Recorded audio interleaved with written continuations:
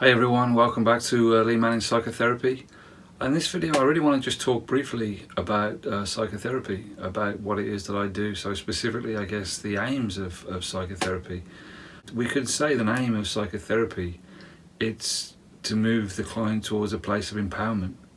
So to go from a place of usually passivity, so there's most clients that come and see me, they have problems that really feel insurmountable. So really this feeling of disempowerment that they feel in life and in relationships.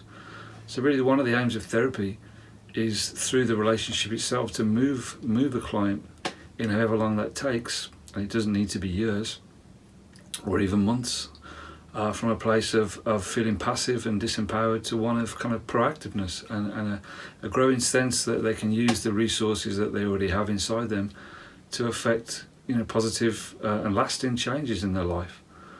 And really that brings me on to another point. There's this misconception of the therapist as being an all-seeing, all-knowing expert, some kind of mental health wizard that knows the answers to all things. Well, that's pure fantasy, and maybe that's being bolstered by kind of Hollywood movies and various other things. It really doesn't exist in reality. Therapists are human. We have problems. We struggle with life just as other people do. So really, what this means is going to therapy isn't about being told what to do, by an expert, or being told how to live one's life or where one is going wrong. Because if that was the case, then there'd be no empowerment. There'd be a further dependency on someone.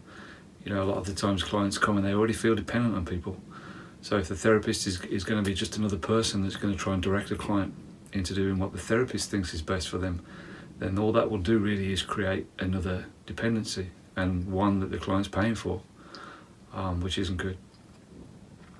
So the aim of psychotherapy overall is to empower. First and foremost, it does so through a relationship, the trust that gets established through the relationship. And there are certain qualities really that a psychotherapist needs to have in order for that trust to build. And this is where the training and the experience and the knowledge comes in. It's more of a way of being really than anything else. And it involves really offering the client certain conditions. So what are these conditions? So the first and perhaps even the most important is presence. You might say, well, that's pretty obvious. You need to be present. But the kind of presence really that a therapist needs to have, the kind of presence that I have when I'm with a client, is this deep, immersive attunement. It's paying attention to the nuances in what the client's saying. What are they not saying? What's really going on? What could be the thing that the client's really trying to communicate, but they're really struggling to communicate? And over time, these things form themes that I can reflect back to a client that can be really useful, and they really help to establish trust. And listening is really tied in with this idea of presence, really listening. Many people in life, they say, well, I feel like I'm a good listener. People have told me that I'm a good listener. But most often what these people really mean is they're good at listening just long enough to formulate a response based on what they think is best. And as we've already established, therapists really seek not to do that. So listening to a client is really, really important, and listening well. Another condition is acceptance, this unconditional acceptance of a client and what the client is disclosing, what they're sharing. Most often in the client's lives that they run into problems with themselves because a lot of what they feel, a lot of what they say about what they feel, they realise it's not being accepted by others for whatever reason. And this causes real problems for clients in terms of their capacity to accept themselves. When they start to see that the very things that other people seem to struggle to accept in them, that the therapist is really accepting fully, and is not fazed by, and isn't judging, most importantly, then this, again, over time, it seems to start to instill this kind of self-acceptance in a client. The client starts to accept these parts of themselves that really they found it difficult to accept before. And accepting doesn't always mean agreeing with a client. The stereotypical therapist that just nods their head and says in all the right places, and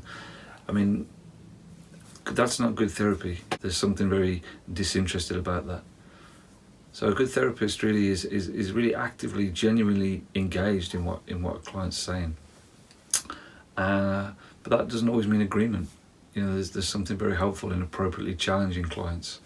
It shows the client really that the therapist is paying attention, that they're not just pretending to listen, that they're not just kind of watching the clock until the session's over. There's a real engaged kind of interest there, which is really important. And I guess lastly, I'll just focus on genuineness. The most important instrument that the therapist has in working with a client is themselves, allowing themselves to be a real factor in the relationship, bringing themselves fully into the relationship. I mean, that for me is really important. It's really crucial, and I seek to do that with every client that I sit with. I become fully present in the relationship, and some of that sometimes involves offering my own opinions on what the client said. This can be very effective if done appropriately.